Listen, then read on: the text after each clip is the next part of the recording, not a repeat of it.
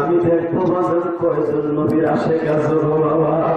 একটা চিল্লানি দিয়ে জাহান্নামের আগুনকে হারাম বানাইয়া জীবনের শেষ গোসল দিয়ে যখন তোমার আমার লইয়া বাবা সিন নদীর কবরস্থানের দিকে লয়ে যাবে, কবরস্থান যখন লয়ে যাবে বাবা, হে যুবক ভাই ইয়াসুর রহমান জিহাদের কথায় তোরা কান্দ হাসো। একবারও কি ভাবছো না আমার মুখের মধ্যে কত নেতা? 12 বছর বয়সে কোটারি বেড়া হইল মাদ্রাসার থেকে রাত 12টার সময় এই টাইমের বাবা ইলিয়াসুর রহমান জিহাদি তার মসজিদের সামনে এসে দেখি তার মা এমন একটা কাপড় পেঁচাইয়া মসজিদের সামনে শুয়ে রয়েছে। আমার ভাইয়া আমি জানি না মা তোমার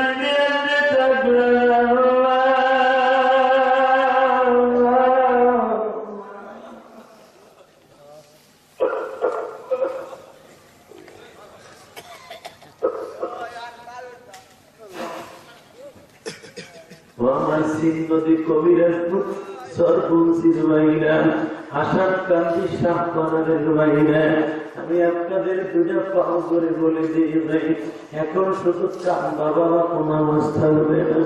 আমি যখন 3 মাস পরে দেখলাম আমার মা আমাকে বুঝলে বসকামদের মসজিদের সামনে পড়ে রয়েছে গো বাবা।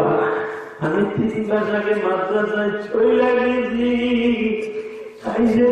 আমার মা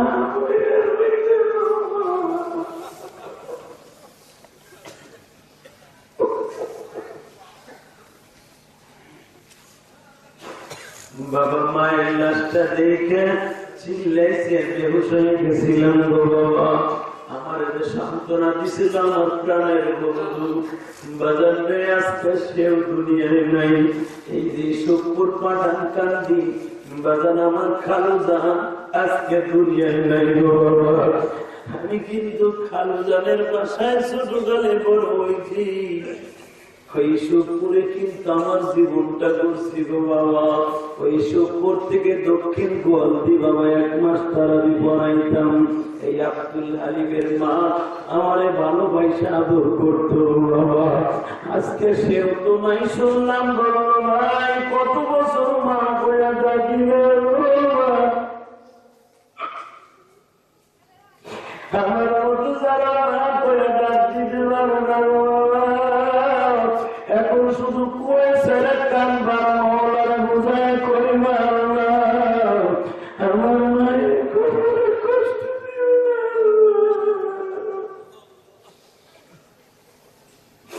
কত টাকা কামাই গো, কত কিছু খাই গো, আজকে আমার মা নাই বাবা নাই। যেই বাবা আমার একটা কমলা কিনে দেওয়ার মতো তৌফিক ছিল না, যেই মা আমার একটা কমলা খাওয়াইতে পারে নাই, আজকে আমি পেটি পেটি কমলা কেনার তৌফিক আছে, আপেল আছে, কিন্তু আমার মা দুঃখিনী বাবা দুঃখ মেয়া নাই। এই যে ডাইনে বাবা তাকায় দেখো আলেমুল আমার কান্দে, মাদ্রাসার কমিটির বাইরে কান্দে। আমার পিছনে যে ভাই বসে আছে উনি কনস্ট্রাকশনের কাজ করে, বলে হুজুর আমি ভারতে এই কোয়ালিটির একটা মসজিদ দেখছিলাম, হুজুর আমার অথরেছে, অর্থাৎ আমার প্ল্যানে এই মসজিদটা হয়েছে। অবদান এই মসজিদ কিন্তু থাইকে যাবে, আল্লাহর পাগল বিদায় নিয়ে চলে যাবে বাবা। শুধু আমি তোমাদের 2টা পাও ধরে বলে দিয়ে যাই, ইলিয়াসুর রহমান জিহাদি যদি মায়ের ঋণ শোধ করার জন্য কোটি কোটি টাকা খরচ করে মসজিদ বানাইতে পারে গো বাবা, আমি তোমাদের পাও ধরে বলে যাই তোমরাও কিছু করবে বাবা।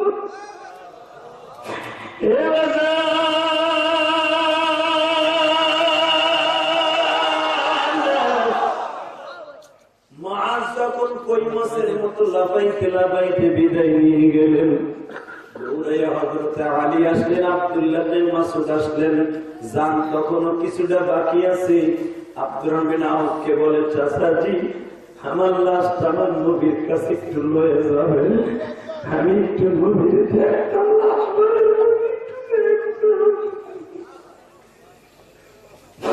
আব্দুর রহমান আউফ বলে তুই আমার ঘাড়ের পরে যারা বদলে আছেন তারা জানেন বদরের মাঠ হলো আমার নবী যেখানে বিশ্রাম নিয়েছিলেন মসজিদ আরিস বলা হয় এই জায়গাটা।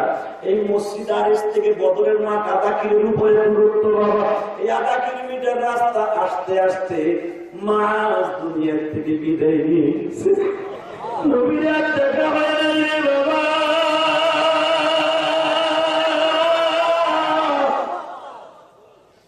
আমার নবী বললেন সাহাবীরা রে আমার মাস দে আমার সামনে বসায় রে।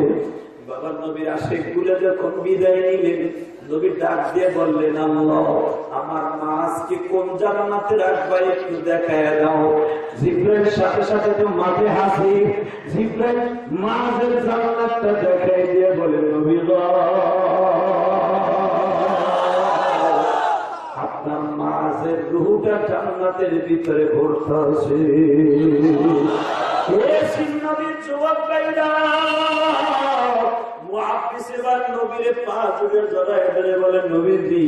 আমি তো ওয়াদা দিয়েছিলাম আপনার সাথে আপনার জন্য জীবন দিব। হুজুর আমি তো বেঁচে আছি কি করবো? আমার নবী বলে মুআফিজ রে তুমি যে তোমার বাইরে সহযোগিতা করছো তুমিও ভাইয়ের সাথে জান্নাতে যাইবা। আমার সিন্নবীর যুবক ভাইরা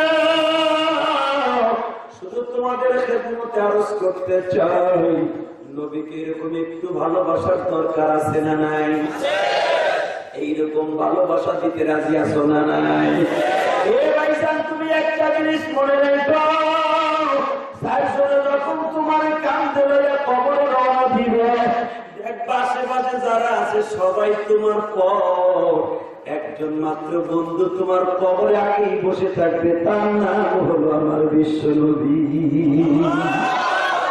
সাথে জান্নাতে যাওয়ার নিয়ত আছে না নাই? সবাই যাবেন ইনশাআল্লাহ।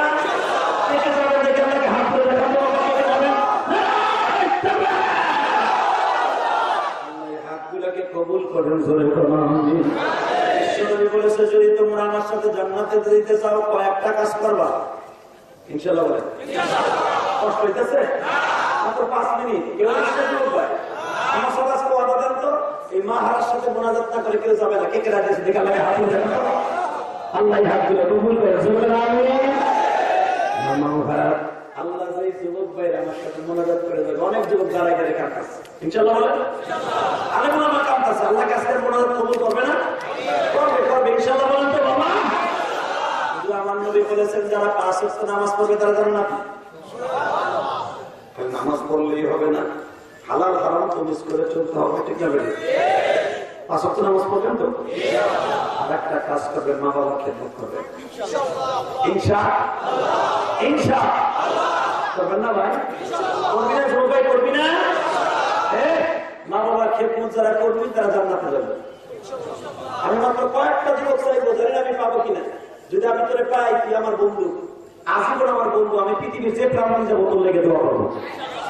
পাবো আমি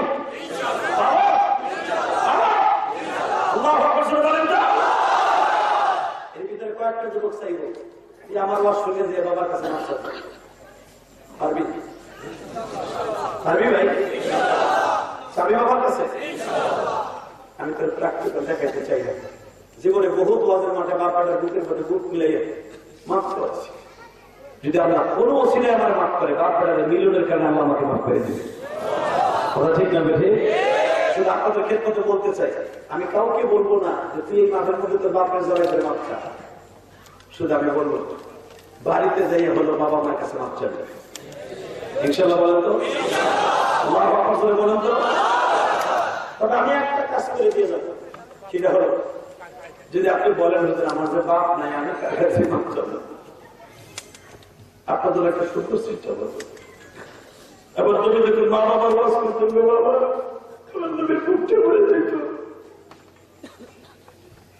মনে হইত নবীর বুকের মধ্যে বসতে ট্যাক্সি পানির মতো আওয়াজ হইতেছে। কেন জানেন? আমার নবী জীবনে করে বাপ বলে ডাকে নেই। মা বলে ডাকতে গেছিল 6 বছর পরে মা চলে গেল। আমার নবী আর ডাকার মতো কেউ নেই। এই জন্য আমার নবী সহ্য করতে পারতেন না মায়ের ওয়াজ করতে যে নিজেই বেহুশের মতো হয়ে যেতেন। তোমাদের যাদের মা বাবা আছে খেদমত দরকার আছে না নাই? দরকার আছে না নাই? আল্লাহু আকবার বলতে আল্লাহু আকবার। প্রমাণ আপনারা জানেন। আমার মায়ের জীবনের শেষ স্মৃতি কিছু আছে যেগুলো আমার নবীর জীবনের স্মৃতি আছে। আমার নবীর স্মৃতি হলো এরকম, বলবো বলবো। বাবার কবর দেখতে গেছে, বাবার কবরের পাশে হাঁটু দুটা গাড়ি দিয়ে কবরের মাটিটা হাতে নিয়ে গেলে আল্লাহ দুনিয়ার কত আমার বয়সের ছেলেরা বাপ পেয়ে ডাকলে, জীবনে আমি বাপ্পা শহরে বাপ পেয়ে করে ডাকতে পারলাম না। তুমি কি আমার বাবা একটু খবর থেকে উঠাইবা? আমি জানি বাবার এখন সহ্য করতে পারবো না। আমার বাবার টুলে দেও দেও দেও, আমার আব্বার টুলে দেও। তুমি সবই পারো, হাইল পাইল, তুমি মৃত্যুকে জীবিত করতে পারো, মৃত্যুকে জীবিত করতে পারো, জীবিতকে মৃত্যু করতে পারো। তুমি হাইল পাইল আলা কুল্লি শাইইন কাদির, ইউহিল ইয়ামিনহু আলা কুল্লি শাইইন কাদির, তুমি সব পারো। কোন আওয়াজ আসে না। আমি না বুঝতে পারছি মোহাম্মদ একটা বেহুশ হয়ে যাবে, একটা টান দিয়ে কোলে নিয়ে একটা বাবা এই চিন্তা করিস না, আজ থেকে আমি তোর মা ছিলাম আগে, এখন তোর বাবাও হয়ে গেল। তোর মায়েরা তোর বাবারা আমি না দিন, এখন দেখবো যুবক তোর অন্তরে নবী প্রেম আছে কি। আমার আল্লাহর এই কথাটা সহ্য হয় না। তুই বাবারা ধরে দিবি, মারা ধরে দিবি, দেখি কেমনে দেশ। বাবার সন্ধ্যা যখন হয়ে গেছে, খাবে না বলে আমার জ্বর এসে গেছে। বাবা আমার জীবনের শেষ রাতে চলে আসছি, আমার নবী মায়ের বুকের মধ্যে নিয়ে মা তুমি এই কথা বললো না, আমার এই দুনিয়া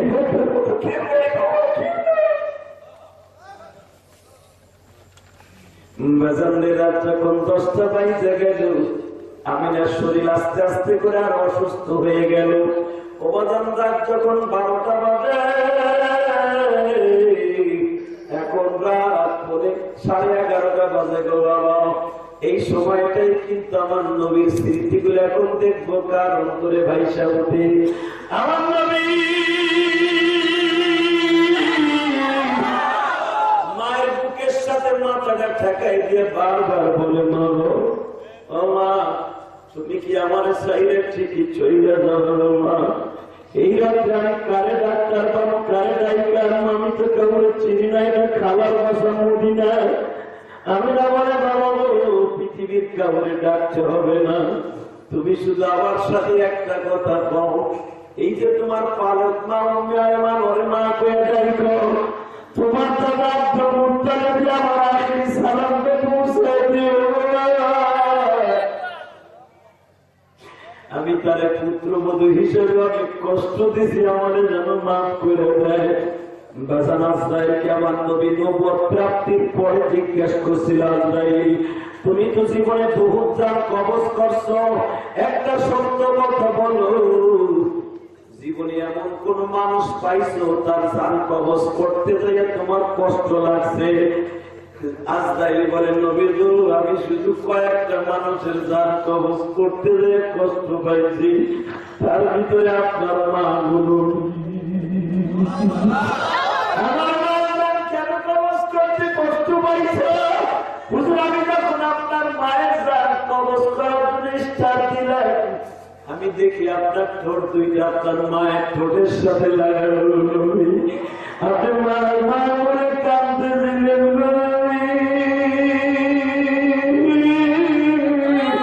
আমি আপনার মায়ের জানটা কেমনে নেই।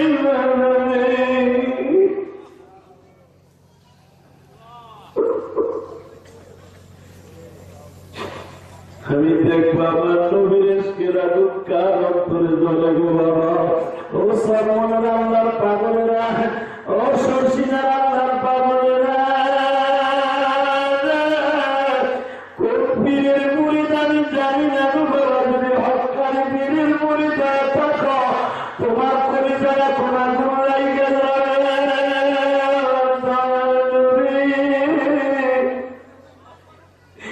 মায়ের বুকের সাথে বুক লাগা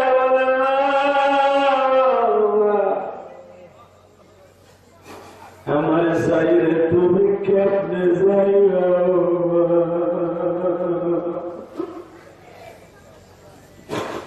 বেজান দে আমার আল্লাহ বারবার ইনফরমেশন দিচ্ছে যে আজরাইলে তাড়াতাড়ি আমিনার জানটা কবজ করে ফেলা। বাবা আমার নবী যখন পার কাছে যায়, আজরাইল মাথার কাছে আসে, আবার মাথার কাছে গেলে আমার মাথার কাছে যায়। আল্লাহ বলে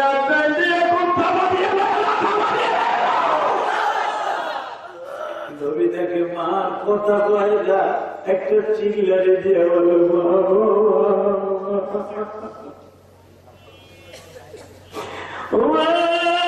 তুমি আমার এইভাবে ছাইরা গেলা,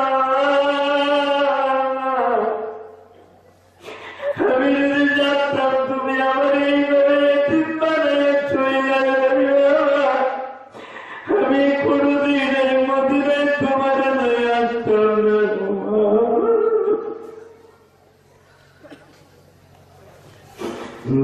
আমি আপনাদের দুটো পাও ধরে বলে দিয়ে যাই, এখানে অনেক প্রবাসী ভাইরা আছে। আমি যখন সিঙ্গাপুর গেলাম মোস্তফাপুর শহরের একটা মার্কেটে দোয়া করার জন্য গেলাম।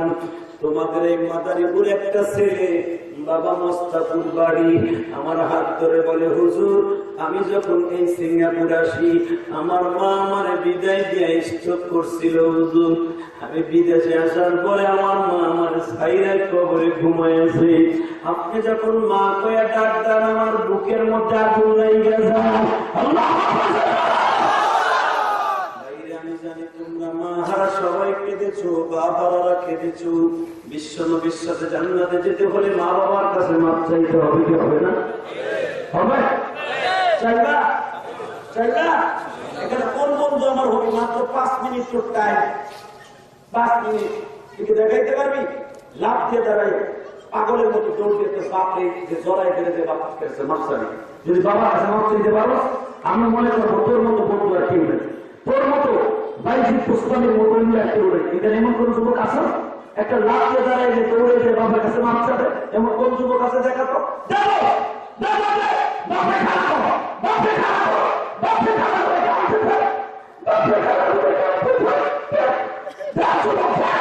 আর কোন যুবক আছে যেটা করবে তো সাকিনা বাপে কাঁদতে থাকতে এই যুবক কেমন কাঁদতে যুবক?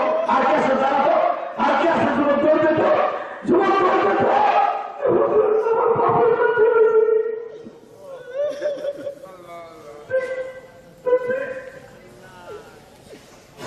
আল্লাহ হাজার হাজার যুবকের মাঝে এই যুবকটা তার বাবার কাছে জড়াই ধরে মাপ চাই। আল্লাহ এই যুবকের বাবা মা তোরজনকে মাফ কইরা দাও। আর কোন আল্লাহ বলি নাই যে বাবার কাছে মাপ চাবে? কেউ যাবে না রে, আর কেউ নাই বাবা। আচ্ছা যার আসলে সে তো মাপ চাইলো, যার বাড়িতে আছে বাড়িতে মাপ চাইলো তো ভাই। আল্লাহ কবুল করো, জোরে আমি জোরে আমি আল্লাহ এই জীবনের সমস্ত বিপদ থেকে আপনি রক্ষা করো, জোরে আমি। আর যাদের বাপ নাই হারা কি করবে? একটা সিস্টেম আছে, ফজর নামাজটা পড়ে দেয় বাবার খবর খেতে যাতে কাজ ইনশাআল্লাহ বলে আল্লাহ আকবার জোরে বলেন। সামনে বসে বাবা যেটা কাঁদছে কে বলছে আপনাদের মাফ করবে? আল্লাহ মাফ করবে ইনশাআল্লাহ। ওয়াদা দেন তো আমার সাথে? আমি মোনাজাত করে রাখতে কেউ উঠবে না, দেখে আমাকে হাত তুলে দেখান। আমি মোনাজাত করবো, 100 টাকা বিদায় দেবো ইনশাআল্লাহ। আল্লাহকে হাতে দেওয়া দেখাও দেখাও, বড় হুজুর মোনাজাত রেখে যাবো না। মানে আমি আপনাদের সবার কাছে দোয়া চাই। আর দোয়া চাওয়ার আগে ইলিয়াসের মধ্যে তার মায়ের ঋণ শোধ করার জন্য পারে কোটি কোটি টাকা খরচ করি বাবা আমার মসজিদে আমার নিজের 3 কোটি টাকা চলে গেছে, 6তলা ফাউন্ডেশন দিচ্ছি। আল্লাহ কবুল করে দেবে না।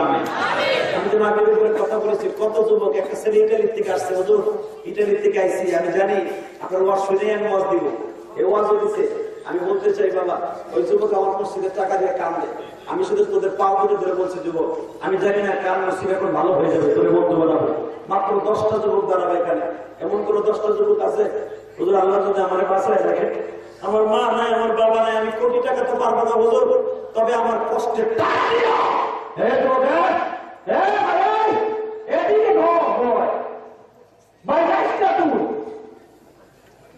আস্তে আস্তে যায় না বলছি ইনশাআল্লাহ বলে। মাত্র 5টা মিনিট আমি আপনাদের দুটো পাও ধরে বলছি, আপনারা আমার দেশের ভাই, আপনারা আমার বন্ধু, যদি আল্লাহ আমাকে মাফ করে আমরা একসাথে জান্নাতে যাবো ইনশাআল্লাহ। এবারে কি এমন একটা যুবক আমি পাবো? আমার মনটা বলে আমি 5টা যুবক চাইবো, যদি আমি পাই আমি